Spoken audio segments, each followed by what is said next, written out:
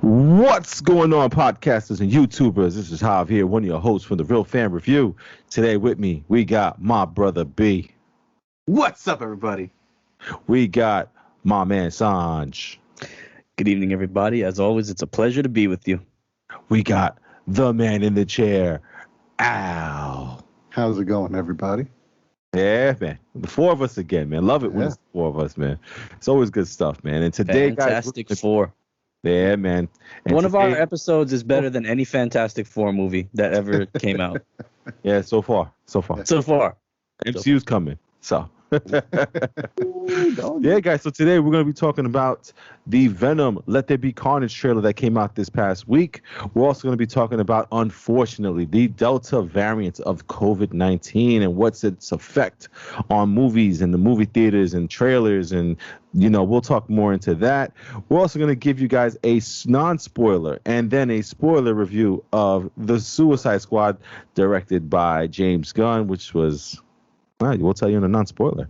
So, let's get right into the first bit of news this week. Sans, we got that Venom Let There Be Carnage trailer with Woody Harrelson there pulling off his best Carnage. We also got to see, oh my God, I forgot Bane's real name. Eddie Brock? What? Not Eddie Brock, but Tom Hardy. Tom Hardy, yeah. We get to see Tom Hardy do a little bit more jokey joke. And, to be honest with you, man, I was really, really impressed with this trailer more than the teaser trailer there. And I kind of hoped that would happen, and it actually came true. How about for you, Sans? What do you think of that trailer there? Oh my gosh, it was incredible. I mean, the movie, it looked like absolute carnage, you know. So the movie, the name of the movie is you know, apropos for what's going to happen in the movie. And the Carnage CGI that they do on Woody Harrelson looks incredible. Yeah, it looks a lot better from when they first did that teaser trailer. It does. You know, but a lot of times, even like CGI and stuff like that, the final cuts and stuff like that changes from the trailers and stuff like that. The trailers they just put out to give you, you know, supposedly a tease. But then like there's things that can change, like colorations, things like that. And then when you get to the movies, it's like a different thing. But yeah, I mean, I'm impressed by the CGI thus far. On the Carnage, it's not a suit, it's a symbiote, right? Yes, it is. Yeah. So, Brandon, what'd you think, Brandon? I mean, you see the red now a little bit more clear. Before it was a little too dark. You almost didn't notice that it was red like that, or it looked like a weird bright red. This was more in lane this time around. But what'd you think of the trailer there? I thought it was good. You know, I agree with you guys in saying like the first one. I think we talked about it. We saw the first one. We're like, oh, you know, this looks like it's gonna be, you know, a good time, might be fun. Now this trailer actually like makes me like excited to see the movie.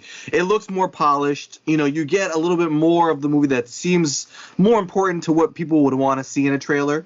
You know, before it kind of just seemed like a bunch of random scenes put together just to show off Carnage and some Venom.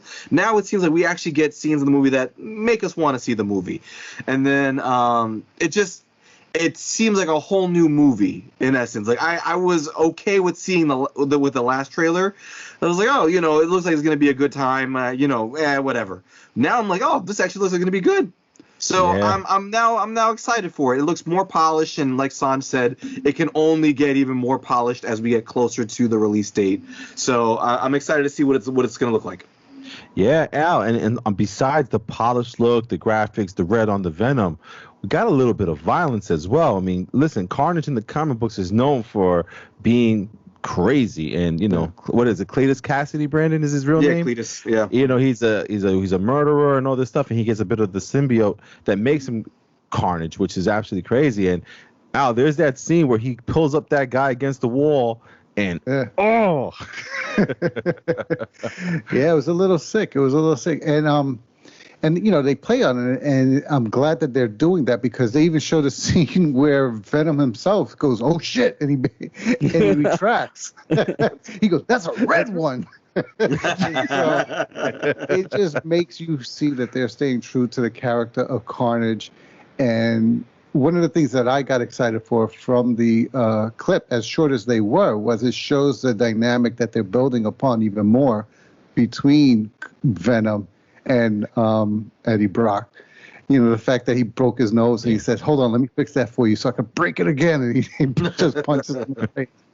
So yeah, the first one, I felt like, I think they held back, right, for a rating issue. They didn't show as much of the gore as I think they wanted to.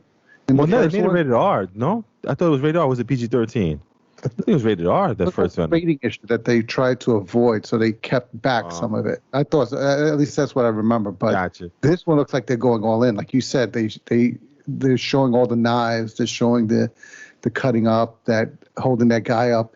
Now, is he going to create? Because I think I've heard references to a comic book story, and Brandon, you'd probably know this better, where Carnage makes like minions out of people. Is this how he does that? Yeah, this is a lot down the line. Like Carnage, like I believe the storyline was like anti-Carnage or something like that, in which Carnage did exactly that, like kind of replicated his symbiote and made minions out of people, out of superheroes like Wolverine. And so I think this is a good lead into what could be a future thing for Carnage, because Carnage never really goes away. Carnage just always kind of gets defeated and comes back. So I kind of hope they do that in this movie too. Like, he's not killed, there's just escapes, and we know that he's a threat. Yeah.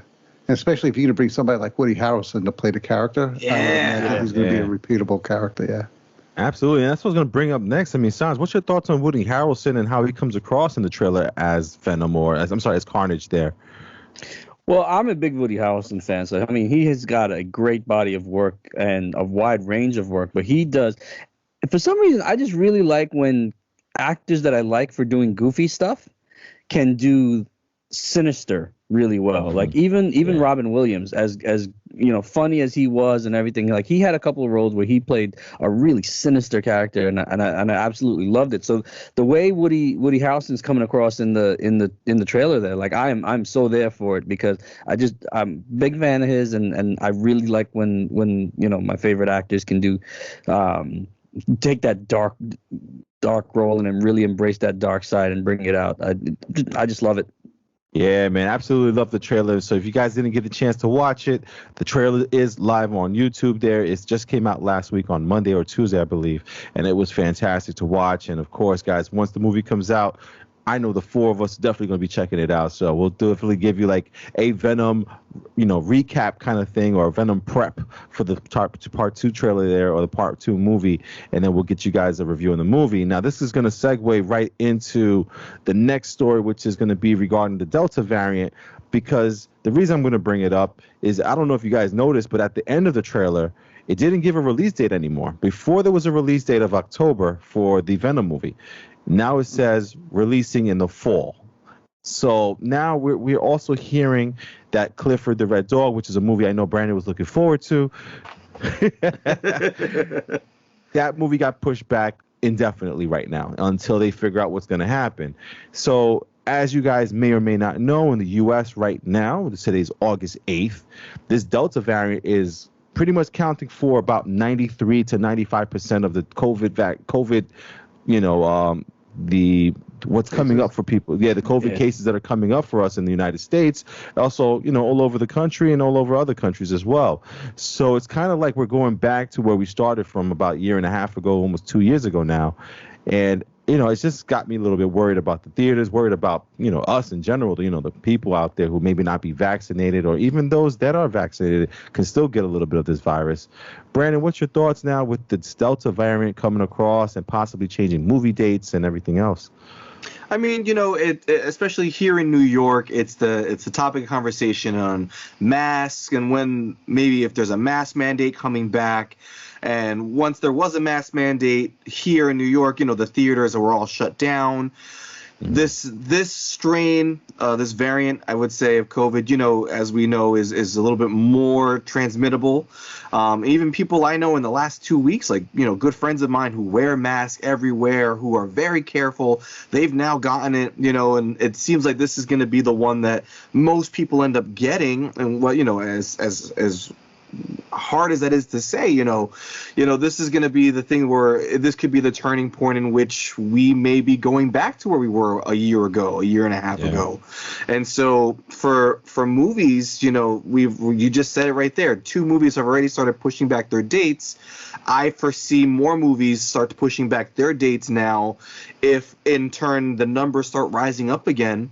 And we might be back in the situation come September where theaters are closed. Maybe we're shut down again because this is a little out of control. We don't know. And I'm afraid for the movies that we've been excited to see that we might get a Black Widow situation where it's going to be a whole nother year till we get our movies back, So I'm hoping that for the health and safety people that this kind of comes and goes with all of us being as healthy as possible. I hope that the movie situation is where it is now, where movies are coming out on demand and also coming out in the theaters. If you feel safe enough to be able to go, should everything still be safe enough to go, so I don't know where this is going. I'm hoping for the best. I'm hoping we don't have a repeat of where we were. Right. I hope this is kind of just a hiccup that we kind of smooth out and kind of get better soon, but only time will tell. Gotcha, man. Man, I mean, you're seeing these numbers as well, rising up all over the place. And again, with Clifford being the one that actually moved the state now, and then again, some of these trailers are now saying they're not stating when the date of these movies are coming out, because there's a chance that this conversation is happening where we may be closing down theaters, or it may not be safe to go to theaters as of just yet. We're also hearing plans, like I think New York State is going to implement something where you have to have a vaccination card to get anywhere that's indoors, where we may get to this point where that may be needed to go see a movie or to go to dinner or to go to a theater show. What's your thoughts with all that? The scary part is, as much of a like a military state that sounds like it is, it may be prudent given the health concerns. Because you don't want to do a complete shutdown like we did last time. You had a number of businesses that went under that aren't coming back as a result of having to shut down. You don't want to see that. That's jobs, that's livelihoods. But at the same time, you're talking about lives and keeping people alive. And if it's going to be that a certain group insists on continuing to not get vaccinated for whatever their political, religious, or whatever your reason for not doing it is, that's your decision. But at the same time, then we may need to choose to isolate you because you are potentially exposing everybody else around you. Yeah, protecting you from yourself almost. yeah. And then, so I don't like the sound of it, but I can't argue against the potential need for it. Because even just the other day when we went to see Suicide Squad, I saw how many people were in the theater with us. Now, I was comfortable because I'm fully vaccinated, but at the same time, you have to wonder how many people around us weren't. And wear masks and so forth. And, you hear this Delta variant, and now you're hearing something about a Lambda variant. It's just scary. And, it really is. So how much it's that balance between a person's rights, so to speak, and what a private business can do in order to stay in business. Yeah. It's definitely going to be something tough that these companies, the governments, states are going to have to decide and do with all this stuff. Sanj, where do you land with all this stuff and all this information out there? Well, I mean, being in the hospital and, being the fact that we're seeing an uptick in cases and people having to be hospitalized, right? What we're seeing is that 97% of all the new cases are people that are not vaccinated. I get that people had their misgivings about the vaccine or questions about the vaccine because it was basically pushed through, the FDA, and they gave conditional approval and things like that. So I can understand people being a little wary, even a lot wary of the vaccine. But the data is showing, it's clear that since 97% of all the new cases are people that aren't vaccinated, the vaccine is working. And if you're not going to get vaccinated, then that is your choice. That's your right. Like like Al was saying, like you've all said, that is your right. But then you don't have the right really then to infect other people or put other people at risk. So if it's showing that you can get this vaccine that's been safe, that really hasn't been having side effects or anything like that, and we could go back to normal, because basically COVID would be 3% of what it is right now if everyone who could get vaccinated.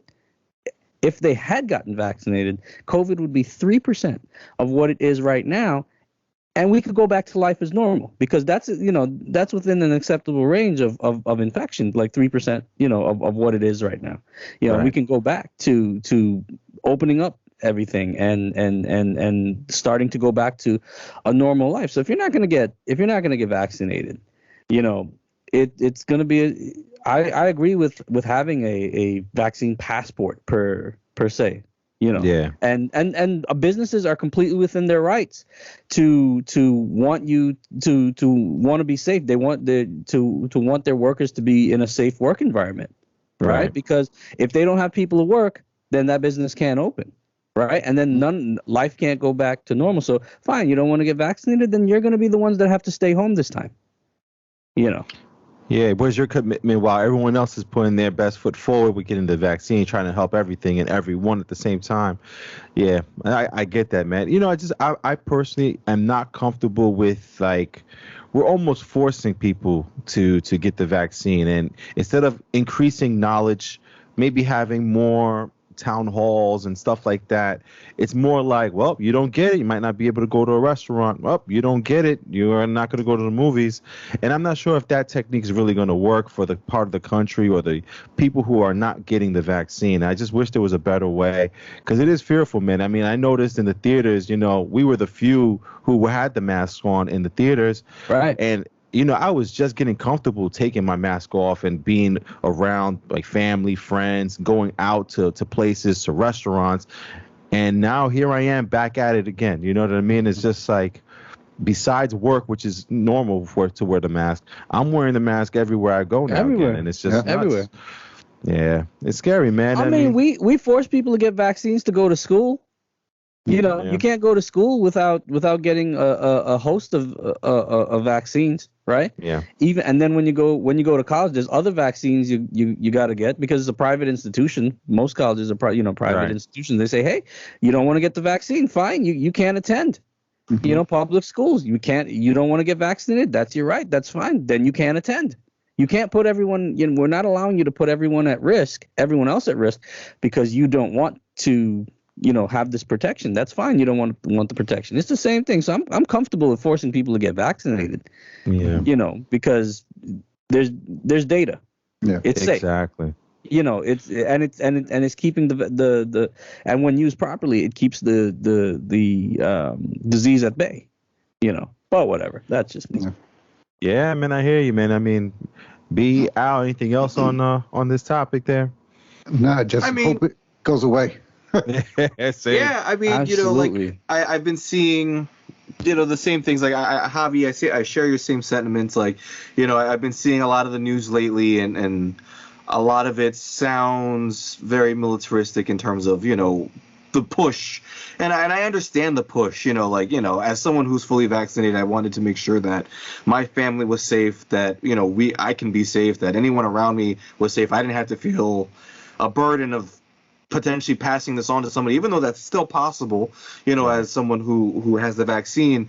I just hope that we as people, think about other people and considerate of each other. Like, I hate the philosophy that, well, if you're scared, stay home kind of a thing. Like, that's not caring and considerate of other people. Yeah, that's considerate of you, but not anybody else. Gotcha. So I just hope that we as people, we do better for each other, so that way we can go back to normal, what used to be normal, and whatever a new normal may look like. So I just want to keep watching my movies, and I want to do it as safe as possible. Hear, hear, Brandon. Ditto. Oh man, yeah. And listen, now we gotta move along to brighter and better topics. Yeah. Let's get to that Suicide Squad non-spoiler trailer. Oh, look at the smiles on the faces coming across the screens. Oh, if you're listening on the podcast, you're missing out. If you're watching on YouTube, you're seeing some white pearlies right now. But yeah, listen, let's go for the non-spoiler of the Suicide Squad.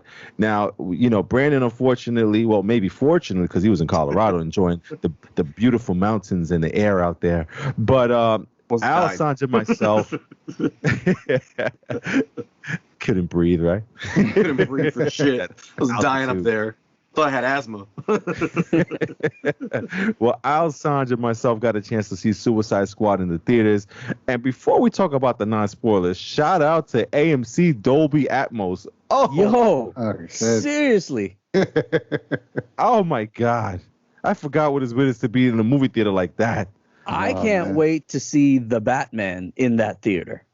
Yeah. That trailer that they had for the Batman? Oh my God. Yeah, definitely. And guys, I'll be the first one to tell you, he tried to like relax for a second at the theater. Kid, the chair smacked me. You know, we went to a late showing. I said, all right, you know what? I'm not going to go to sleep, but let me just relax, sit back. I went to rest my head on the back. The chair just smacked me right across the face. Said, wake up. Now, that's what you're looking forward to in the Batman, the chair beating you up because Batman's beating somebody up. They need to put 4D in the front in the doorway, man. Yeah, that's for real. a 4D experience. There was a bass speaker. Was there a bass speaker in our seats? Nah, There's kid, a there's bass somebody speaker behind you just everywhere. shaking the chair. Everywhere. Oh. So, my I mean, God. full disclosure, I did not soil myself, but one may have leaked out with the bass hit.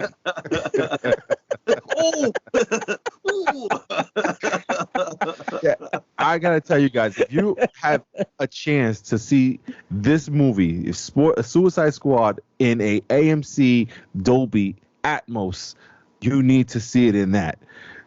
Now let's get to the non-spoiler review of the Suicide Squad. Are we doing the spoiler review or the non-spoiler review? The non-spoiler first, so the people who 'Cause I'm just like- haven't got a chance to see it Yeah. just yet. Yeah. So let's give it to him there now. So Al, man, you were sitting there with a big smile on your face from the beginning of the movie to the end. Just a non-spoiler. What's your thoughts on the movie? Kid, anybody who can see this movie, go see it, because I was scared going into this movie. One, it was a DC movie. And other than Man of Steel, like, I've not been 100% entertained by the movies, especially the first Suicide Squad.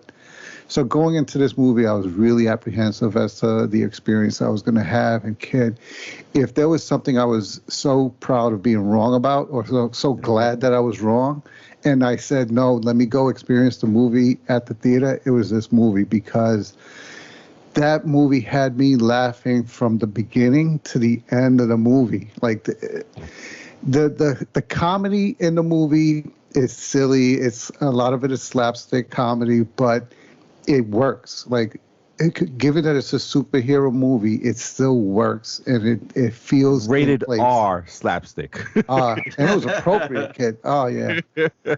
So I had a real good experience with the movie throughout. I understand now why James Gunn said this was a war movie with superheroes, because it felt like that from the beginning. From the beginning of the action till the end, it really felt like, if you took away their powers and abilities, that's what it really felt like, you know. Yeah. So I enjoyed myself in this movie. They stayed true to the characters. Harley Quinn, I feel, had a better representation in this movie than she did in her own movie and in the first Suicide Squad. So, you know, I definitely had a good experience. Even John Cena, I think, did a good job. Mm-hmm. The one thing that I laughed when because I rewatched it on HBO Max, the one thing I laughed at myself for not realizing was King Shark. I didn't know he was. I saw Sylvester Stallone in the credits, but I didn't realize he was the voice of King Shark. Dude, I mean, he was basically doing Rocky Balboa. He was basically Rocky. as I'm watching, I'm like, how did I not catch this in the theater? Like, I think I was just so getting smacked in the face by a chair. Num num. Num num. And But he always looked like his shorts were about to fall off.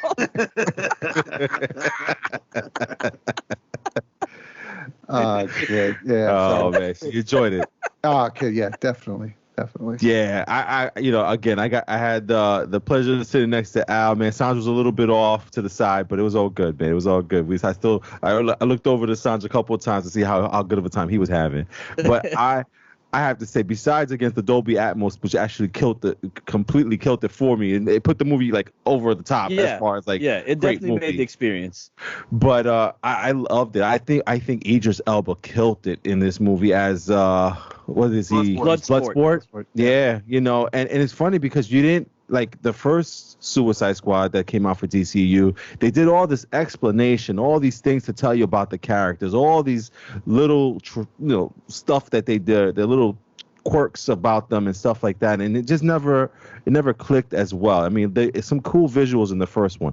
This one, which is crazy, was they would show you a little split second of something and it meant the world for that character, and it was just amazing how they did that. Idris Elba's first opening scene, which again we'll get into the spoiler review, lets you know the type of person that he is, and then you get the Harley Quinn. There's a scene with Harley Quinn that was amazing that even Al had mentioned in the theaters was better than anything we saw in the Suicide Squad or Birds of Prey movie. You know what I mean? John Cena, hilarious. Killed it. I can't believe he killed it, but he did. And then we got the other misfits, somebody like the Polka Dot Man actually killing it in this movie. You know what I mean? So it's just a great movie. So what, you just throw polka dots at people? Yeah. Yeah. It's just absolutely crazy. The violence is just over the top, insane. The jokes were insane. The story just kind of flowed along, and it was just absolutely a great time. Shout out to the visual effects. There was a lot of things in that movie that could have looked a lot cheesier, a lot cornier, and everything worked. Everything worked. Sanj, your thoughts on the movie for Suicide Squad? Well, I'm not going to be able to add too much to what you and Al said without giving spoilers. So I mean, I really thought it was so entertaining, and I think it's the best Harley Quinn movie yet. Yeah. That for me, that was the best part of the movie. Harley Quinn's role in it, and then Idris and everybody else doing their thing. But it was very, very entertaining and much better than the first Suicide Squad. So I gotta say, go see it. Absolutely. Brandon, your take on it, man. I mean, you didn't get the theater version. You got the HBO Max, and you had that HBO Max weariness. What was your thoughts of the Suicide Squad? So I kind of, in watching it last night, I wish I got to see it in the theater, just because you can hear all the sounds that would be crazy to hear in a theater.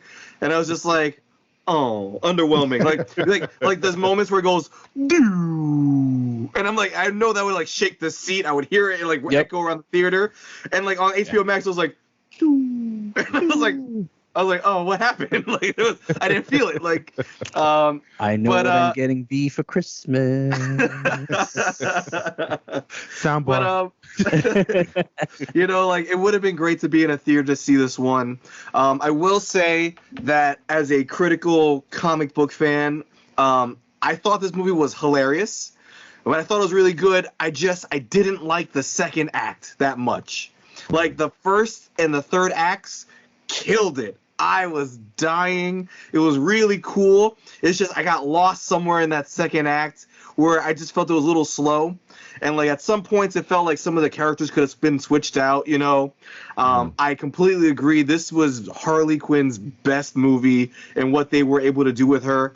I just feel bad that I felt like with Harley Quinn, while this was her best movie, this was also the movie she didn't also have to be in. Like this was a movie that it could have done without Harley Quinn, but having her in it, the story they gave her was really, really good. I am now 100% a King Shark fan. I literally died anytime King Shark did anything. Like, whenever King Shark was on the screen, I knew it was going to be hilarious. Even like my favorite was there's a part where everyone is off doing something and King Shark is by himself and he's just doing stupid shit to himself, and it was hilarious. John Cena, holy cow!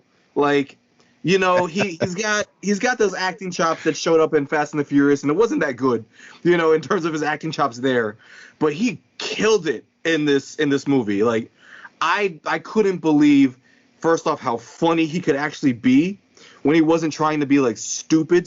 Like, you know, he's been in some comedies before where he was like just a beefcake, but he was stupid, you know? And like in this movie, they actually like used him and he got to be funny. You know, some of it was cringy funny, but like it was really funny. And then there were scenes where he had to take himself seriously and he was done really well, you know? So like, I was very impressed with John Cena. Idris Elba, I think he always does a great job. I'll be honest in saying I didn't really care too much for Bloodsport in this movie. I really liked what they did with Ratcatcher 1 and 2. I honestly, as a fan of the Suicide Squad, I'm missing some core members of the team that I thought could have been in this movie that would have made it a good time too. I love the nods to the original Suicide Squad, a lot of the original comics. You know, overall, I would say you should definitely go see it. All right. Al, how about you, man? What's your rating on this one, man? Oh, definitely must go see. Yeah. Must go in the see, theater. Yeah. In the theater. In theater. Yeah. I'm definitely... don't watch it on HBO Max. Don't do that. This is one of those you need to see. Yeah. I mean, in my top 5 for this year, that's number 2 right now behind A Quiet Place Part 2. Barely. It's just A Quiet Place Part 2 is ridiculous. Son, how about you, man? What's your rating on this one? Oh, definitely go see it, and go see it in a Dolby theater. Oh, yeah. Like that Dolby, that special Dolby that they're doing right now. Not that ordinary Dolby. That bad boy changed the game. Oh, my goodness. So, guys, listen, that is our non-spoiler review because, again, it's so hard not to talk about parts without getting into something that tells you a joke or a scene without being specific and you know, ruining it for you guys. So we give you a chance to hear what we have to think that make you want to see it a little bit more. If not, hey, listen, this is where the spoiler review comes in, that if you have seen it or you don't care, we'll talk some more in depth about the movie here. So now that we are in our spoiler section of the Suicide Squad, Sanj, please tell me your deep thoughts there on the movie. You couldn't say much, Sanj. You were quiet on the non-spoiler. No, I mean, because what more am I gonna say in the non-spoiler with you guys, right? So okay, just dumb friends. I mean, that was really kind of touching with King Shark there, how he's just like, don't have friends. When Ratcatcher was like, would you eat your friends? He's like, don't have friends. You know, like, and you're like, oh, that poor guy. Like, would you eat your friends if you had them? No. Can we be friends? Friends! Wait, how about when they first introduce him and he's trying to look smart and he's reading a book upside down? Upside down. I like books. I like book. I read. they go into the village. He goes, "See," he knows Spanish. Yo, no, I mean, I just like how they started off the movie with like the B Squad. You know, the actual Suicide Squad, like they're all gonna bite it. You know what I mean? Like you just knew that this is not the team. You know, especially when they had the fucking weasel. Oh, okay.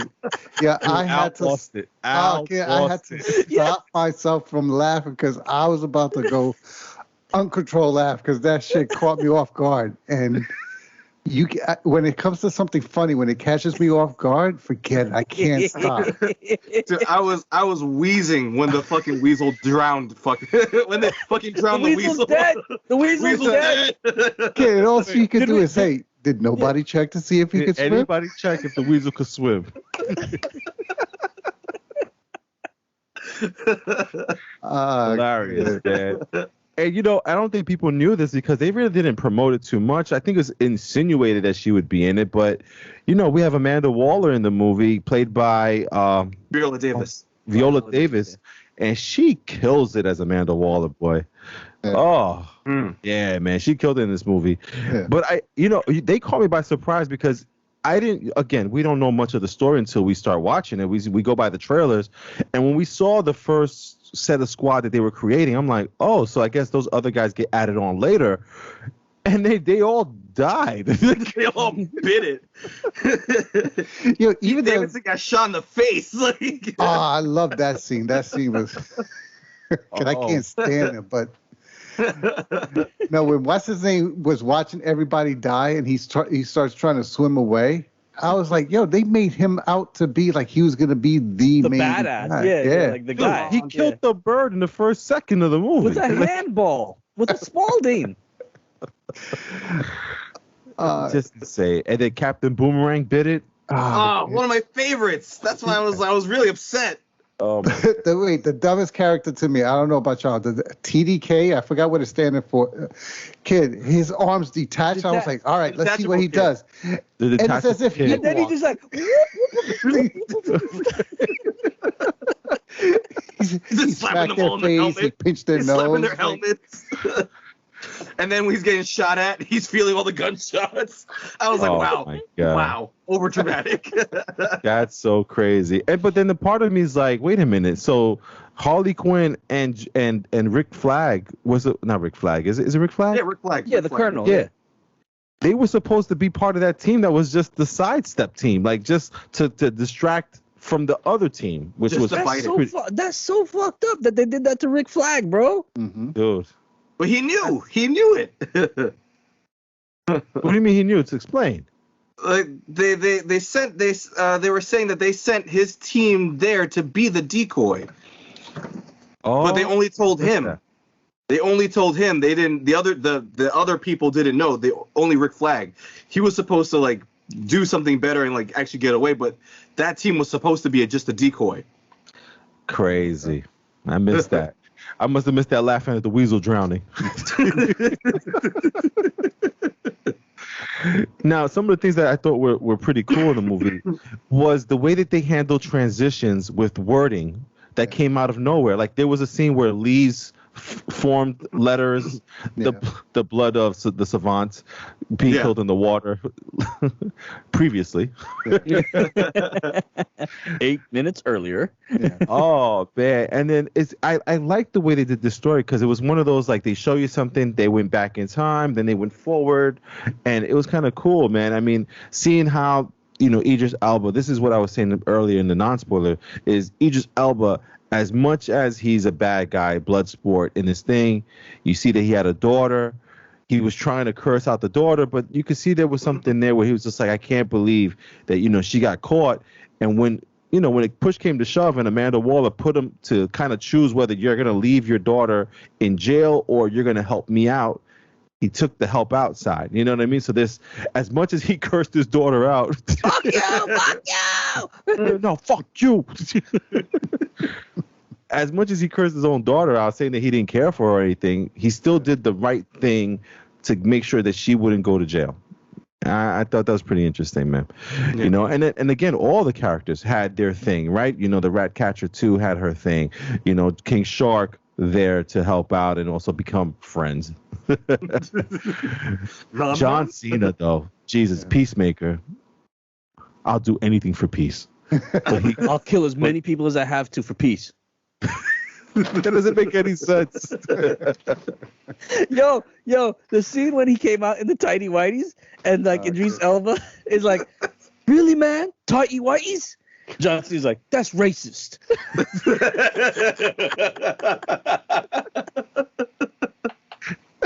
that whole forest scenes though, when they went out and took out the whole army. Oh, kid. Wait. I knew from the get-go. When they found out that the army that they just killed and destroyed were all the good guys. Didn't you see them? No, I didn't see anybody. No. She walked. The leader of the rebels walks out there. She goes, "What happened?" Well, that scene was great. I love that scene. That was so good. So let's get in depth here, man. Sanj, what's a scene that stood out to you the most in this thing? Like out of the whole thing, what's something that stood out for you? Well, I already told you the tighty whitey scene. That was hilarious. Yeah. That was just freaking hilarious. And then the fight between Peacemaker and what do you call it? What's his name? Colonel Rick Flag. Rick Flag. Yeah. Their fight scene was incredible. And then how he ends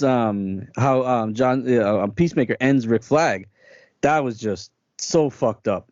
You know, because the whole time he's like, man. Yeah, he's just like, don't do it. Like, don't do it. I have to do this. You know, and then, but yeah, that fight was real intense between the two of them. So those two scenes really like stood out. Yeah. Al, man, how about you, man? What's a memorable scene from the movie that you have there that stood out for you, meant something for you? Yeah, it was just the initial scene in the plane when they're all like talking and just as back and forth. It just set this tone for the style of comedy and interaction that was going to be throughout the movie. But then was that scene that you just brought up where him, Bloodsport, and Peacemaker are walking through and they're trying to one-up each other on how they're killing these people. And like they come to that one scene where the guy is sleeping. He's not even awake. And John Cena just takes the axe and from the foot all the way to his chest just chops him up into pieces. And I'm like, damn, like, oh my God. It's just like I was like, wow, okay, there's nothing off limits in this movie. Like, not at all. Okay. I mean, the one thing we haven't talked about is how, like, I brought my child to the movie. I was trying to let you live, son. To be fair, it was not my youngest child. It was my oldest child. Leave it at that. Oh man, amazing, man. Brandon, how about you, man? Any scene that stood out for you the most? Two scenes that stood out for me was when they were all in like the AV room, listening to Amanda Waller talk about the Starfish project. And Peacemaker's like, Starfish is euphemism for assholes. Is that something we need to be wary of? Any significance? Any significance there? No. And then my favorite, I think this was like my favorite part of the whole movie, was when they're in Jotunheim and King Shark is on the top floor looking in the fish tank. And he's just playing around with the fish. Like it was so nonchalant, but it was like hilarious at the same time. And more the friends. Like I love that. I don't know why I love that scene. Sylvester Stallone at King Shark, great. And the thing is, Sylvester Stallone probably got like somewhere in like $10 to $12 million to just like sit there and say num num more friends. Like, listen, we live in a world where Vin Diesel gets to say "I am Groot" in different inflections. In 4 movies. He did also say "We are Groot." Nice. Nice. Oh, the other scene. I mean, I don't know if we're this far yet, but at the end of the movie, when Starro is about to die. And he projects his voice into that last person that's like, we were happy just floating among the stars. Like, I almost fucking cried my eyes out. Yeah, absolutely. Because we were happy just floating among the stars. At the end, like when the general, he had taken over the general too, and the general, like when he's dying, when the star thing is dying, the starfish thing is dying, he just turned, the general that he had taken over turns to Idris Elba's character, turns to Bloodsport and says, I was happy just floating in space looking at the stars. And then he dies. Like, I almost lost it. I almost started crying. Yeah, that, because you're just like, it's the bad guy, it's the villain, but is it really? Only because of what they did to him. Yeah. Yeah, man. That was kind of deep, man. Definitely kind of deep. But I wanted to ask you guys now. So let's get into little aspects of the movie here. Let's talk about the visuals here, because you guys, you just mentioned up Starro really quick. Starro had the potential to look fucking terrible. Look horrible. To look like that Venom 1 trailer. It's a starfish. It's a starfish. It's a big fucking starfish. Fucking starfish. And how how about sending millions of starfishes with eyeballs to cover everyone's faces out of his armpits? So this had the potential to look disastrous, Horrible. Yeah. It could have been horrible. Dude, the visuals on this thing was absolutely crazy. It looks so good, so real. Yeah. Well thought of. How about Bloodsport's weapons? Those things that kept creating out of everything that he would pull off of. It actually worked, man. Yeah. It was really cool. It was a different take from Bloodsport in the comics, and I actually really liked this version so much more. Just this was everything. All of his weapons were built into his uniform, and I think that was so cool. Yeah, man. It was just very cool, man. And then let's give a shout out because you guys all kind of touched on it. We kept saying things about Harley Quinn having the best of her story in this movie here. You know, Al, I think you're referencing her escape from the cells over there in Costa. What was it? Costa? It's a Cordo Maltese. Porto Maltese. Yeah. Cordo Maltese. Okay. Yeah. So it's a made up place. Yeah. That's why I'm like, what the hell is this? They don't exist. Her escape was absolutely crazy. And even what happened to her before the escape was nuts, you know, because you could see the growth from, you know, Birds of Prey, where she's getting over the breakup with Joker, to how she thinks now. She's like, you know, if I see somebody who shows me signs of being a bad person, any red flags. Any red flags. But Al, talk to me about that scene that you liked there, man. Yeah, it was pretty crazy because like in Birds of Prey, they have her go into that police station and so forth with like a beanbag. I was like, it just felt silly to me. Like this one, like you actually let her show her skills and her mindset at the same time. So she's going through with the lance or the staff or whatever that was. The javelin. And she's just effing everybody up. Like she's, you see her skill as a fighter, but at the same time, you see that in her head, she doesn't want to face the reality of what she's doing. So you see, instead of blood and everything, that you see flowers coming out of them. You see, cartoon birds, in the air.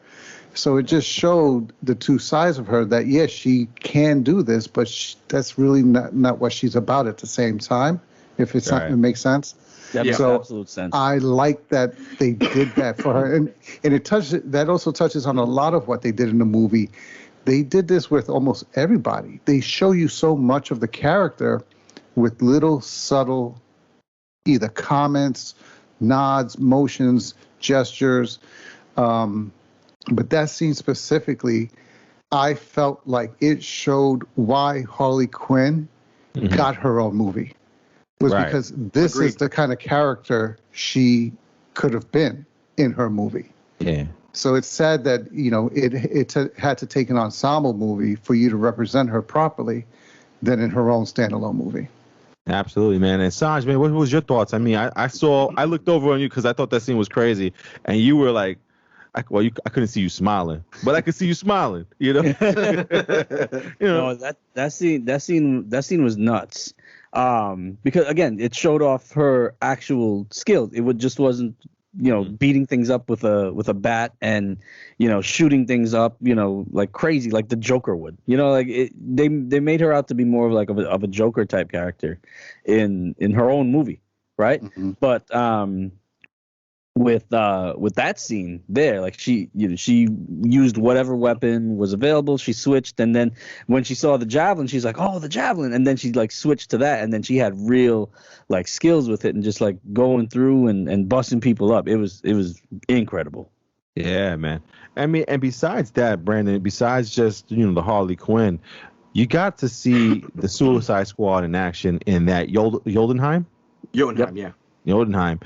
And I mean, just to see how they were fighting each other and going after everything was just pretty intense. What was your thoughts of the building breaking and all the stuff that we saw with them fighting the people with the stars on their face? It was just nuts. That third act I thought was absolutely incredible. The movie does a really great job allowing you to see like this is an F-list team of villains. Like none of these villains are significant. Like the only one, Harley Quinn, Bloodsport, and Captain Boomerang, were the only ones who were significant to anybody. And the fact that the Ratcatcher 2 had such a significant role in this movie, you know, Javelin, well, not Javelin himself, but Javelin's Javelin had a significant role in this movie. You know, like it was able to show you that these are the things that these people can do when we allow you to see how we can use them. You know, this is a movie that didn't hold back. And that, as I'll get into this soon, but it's one of my favorite things about this movie is that it understood it's in the DC universe and we have no limitations or bounds by anything. So let's just do whatever we want to do.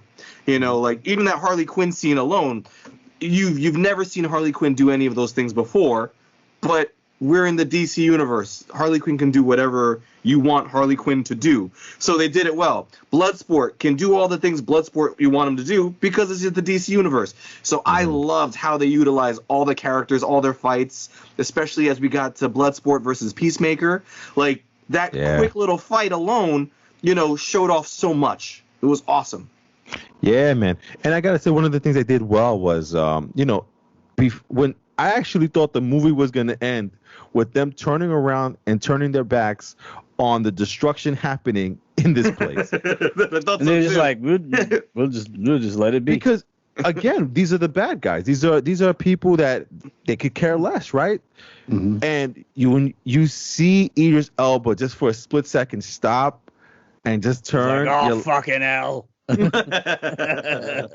But it felt real. It felt like yo, dude, he was about to walk away. Amanda Waller saying your mission's over. That's it. And they turn around, and then one by one, the rest of them turn around to go back to go fight Starro. And I was like, oh shit! I actually didn't expect that. I was like, they're gonna end there too. I really thought they were gonna just walk away. They're like, oh, let someone else handle it. Like, you know, like I was waiting for that. Yeah, I honestly thought that's where our superheroes were going to come in. I thought superheroes were going to come in at the last second to fight off Starro. And when they turned around to fight it, I was like, oh, shoot, that's crazy. You know, and you get all these different scenes, the death scenes. Again, we haven't really talked about Polka Dot Man. Talk about just an incredible... I don't want to say the guy acted it like incredible, but you felt something for him. Like there was a scene they built up, man, and they built it up great. It was... We didn't know his powers yet. We didn't know or understand him yet. But you saw the polka dots on his clothes. There was like 2 polka dots on his face, and they like, "Are you okay?" And he's just like, "Yeah, I'm fine. It's just a virus," or he said something like to that extent. It's a rash. He said it's a rash. Oh, it's a rash. And then later on, like maybe like 10 minutes later in the movie, his face is deformed now, and he has more polka dots all over his clothes and stuff like that. And they show Rick Flag waking up and seeing him throwing up the things. It's supposed to be gross, supposed to be nasty. But for that split second, dude, I was just like, damn, man, that's a terrible power. You know what I mean? You have to throw up polka dots. Right. He said he has to expel it twice a day. And that's not even like his powers from the comic books. Like they completely gave him this new power. So that added a whole lot of depth to them. Right. It's just crazy. And then on top of now we're just seeing what this guy is going through. Then he tells you how he got his powers because his mom wanted him to be a superhero. She experimented on her kids, and not all the kids made it. That's deep right there. Now, the sick part is that he sees his mom and everything. Pretend it's your mom. You know what? It was really cringy when they were in the club, and he was like, grinding on women and stuff like that, but then they flipped it and it was like he was seeing his mom. Oh, I'm like, ugh. But then he has his superhero moment, and you felt for it. You know, I'm like, oh shoot, he has a superhero moment. And he gets taken out. Bloop. Yeah, he gets taken out though, but still, he had his moment, man. And it seems like that throughout the movie. That, you know, Brandon said something with King Shark, where he just makes a glance at something of people living their ordinary life. You start to feel something for King Shark. You know, Ratcatcher. We get the story with her and Hey, shout out to Taika Waititi playing Ratcatcher 1. Yeah. You know, and you feel something for Ratcatcher. You know what I mean? Like you start to feel for these characters that we're not supposed to give a shit about. And it's well done, well crafted, well made. And I love when movies do that, man. I love when movies take something where you're not supposed to care, or you don't even think about it too much, and it doesn't hit you till later on that these people affected you because they're people. It's just nuts, man. You know. Anyway, we talk about this all the time. Like, we talk about ill characterization in all these movies. This movie was 2 hours, had about 13 people in it continuously, and we got to learn about all 13 about them and cared about them. Was it only 2 hours? It felt like 2.5 hours because we got out of there like way like after, you know. I think it was only 2. Yeah, you know what it sounds? They probably had like 20, 30 minutes of trailers. I got there a little late, and there still was trailers playing. So. Okay, yeah.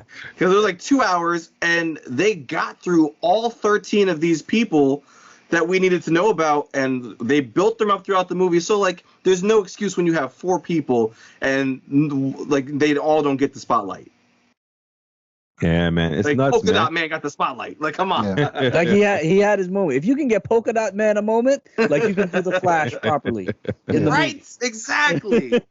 Oh man, Sanj, man, anything else stood out to you in the movie that you liked? Those as far as maybe about the story, an actor, a character, or something that stood out to you that we haven't mentioned yet. One thing that stood out, I don't know if I liked it, disliked it, but it definitely stood out: the lack of superheroes. The lack of the good guys coming in at any point. Because, I mean, even in the first Suicide Squad movie, like, you did have Bruce Wayne, you know, showing up. Batman did make a little cameo in a flashback scene with Deadshot. But yeah, the distinct lack of the superhero, you know, squad there, or anyone from the superheroes. Yeah, that stood out. Okay, and how about you, Alma? Anything stood out that we haven't talked about or you mentioned? I don't know if I would say stood out, but what I noticed about myself was that the movie, what made me realize the movie was good and that I was really enjoying myself with how they were telling the story, was that I didn't feel that the main villain was cheesy. Like, even though, like you said, it's a giant starfish with a huge eye in the middle, like, it didn't feel like, you know, like, what was it, Silver Surfer, when Galactus turns out to just be a huge cloud. Like, that was so disappointing. You feel disappointed, like, really, that's the main bad guy? Like, I didn't feel that with this. Like, it felt appropriate for this story and the way they were telling it. And it didn't feel out of place. It didn't feel stupid or cheesy or corny. Like, and that's why I was like, you know what? For a movie that I thought was going to be real stupid, I am completely enjoying myself. So that's what stood out for me, was how well the story was, that a huge starfish being your main bad guy. And I didn't feel almost make me cry. And I didn't feel let down. Yeah, and I didn't feel let down. So, like, that's what I took away from the movie. Absolutely, man. And then the last question we'll ask tonight, guys, before we end up the podcast is, you know, James Gunn is going to be back with DC to do the Peacemaker series, and we kind of thought, like, hey, why is he making a Peacemaker series? This guy's dead. Yeah. And lo and behold, post-credit scene, here we go. He's alive somehow. So, Brandon, are you looking forward to the Peacemaker series on HBO Max? You know, I feel like I am, just because I really loved what they did with this movie in utilizing the DC brand. You know, like, if they can make the Peacekeeper movie, show work, if they can make that work, you know, I feel like they're going to allow for the door to open to use more things. Like, if you guys caught, a lot of these villains that either, you know, kicked it in the beginning of the movie or later on, they're like popular characters, villains. Like, Mongal is, you know, from the race of Mongol, which is one of Superman's heftiest villains. Right. Then you had Javelin. As much as he's a joke, Javelin is a Green Lantern villain, which means that in this universe that James Gunn has built in DC, there's a Green Lantern. Mm-hmm. You know, so, like, all of these bad guys come from more than just Batman and the Flash. So I think that this series could utilize more people and utilize more locations. Like we got Corto Maltese, which is a huge location in the comics, especially for Batman. So if they can use this, they can allow the door to open for other locations and other villains to show up, like Dr. Light or, you know, anything else. Like it could be really cool. Gotcha, man. How about yourself, Sanj? Man, you looking forward to a Peacemaker series with John Cena now after this? Oh, absolutely. It's, I mean, just for the sheer entertainment value of it, for no other reason. Yeah. Gotcha. If there was a forest full of dicks, I would eat all of them.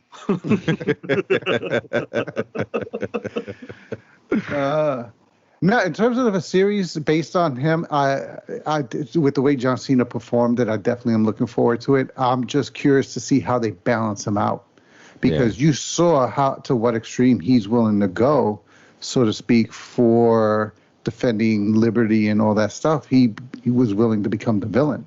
Mm-hmm. So if that's the case, who or what is going to be his offset for the series? Like, what makes us keep rooting for him if he's going to be the main protagonist of a series when he's willing to become the villain in order to get it, you know, fulfill his ends? Yeah, absolutely. Because, I mean, the last two people that were with him or trying to get him out of the ICU there, they said that he was going to help save the world. So I'm very interested to see what that looks like and how that comes across on HBO Max. So once that comes out, again, we try to talk about just movies, but things that are associated with those movies, we'll bring it to you, like those MCU shows. We'll do it for the DCEU as well. So listen, guys, that's going to be our show for tonight. And we thank you guys for listening as always. So just remember, we are the Real Fan Review. So REEL. If you're listening to us on a podcast, pull up your podcasting app, hit the little plus symbol, or, you know, sign us up there for you so that we come to you every week. Yep, smash that. And then we're also going to subscribe to the YouTube where we put up the weekly video of this same podcast that we're making. You can watch us on YouTube and see all the reactions and us fooling around over here. So definitely want to subscribe below there. And listen, if you guys have any comments, would love to know what you thought of the Suicide Squad there. So comment below. Let us know what you thought of the Suicide Squad, or hey, what you think about that Venom Let There Be Carnage or Let There Be Carnage 2 trailer. There you go. Yeah. All right, man. So coming out of Long Island, New York, we got my brother B. Adios, everybody. We got my boy Sanj. Good night, everybody. Be safe. Get vaccinated. We got our man in the chair, Al. Have a good night, everybody. Yes, and myself, Hop, again, saying thank you so much for listening. Please email us, therealfanreview@gmail.com. Subscribe, put us on your playlist, and we'll see you on the next episode. Until next time.